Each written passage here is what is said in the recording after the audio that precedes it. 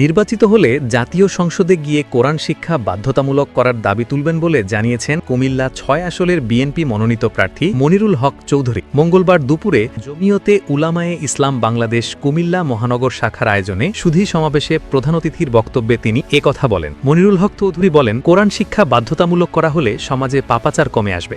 আধুনিক শিক্ষার দিকে ছুটতে গিয়ে আজকের প্রজন্ম ইসলামী শিক্ষা থেকে দূরে সরে যাচ্ছে।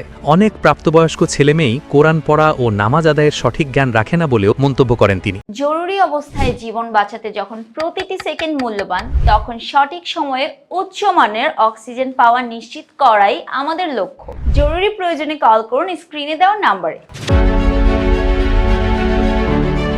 তিনি আরও জানান, এই বিষয়ে বিএনপির চেয়ারম্যান তারেক রহমানের কাছে ইতোমধ্যে প্রস্তাব দেওয়া হয়েছে। তারেক রহমান বিষয়টিকে গুরুত্ব দিয়েছেন এবং দিন, দেশ ও জনগণের কল্যাণে প্রয়োজনীয় উদ্যোগকে অগ্রাধিকার দিচ্ছেন বলেও জানান তিনি। এ সময় মনিরুল হক চৌধুরী দেশের মসজিদের খতিব ও মুয়াজ্জিনদের অবহেলার কথা তুলে ধরে বলেন, তাদের সরকারি বেতন কাঠামোর আওতায় আনা জরুরি। ভবিষ্যতে বিএনপি সরকার গঠন করলে এই দাবি বাস্তবায়ন করা হবে বলে আশ্বাস দেন তিনি। তিনি বলেন, আলেম সমাজ এদেশের সম্পদ। আলেমদের ওপর কোনো আঘাত সহ্য করা হবে না এবং তাদের নিরাপত্তা নিশ্চিত করা সকলের দায়িত্ব।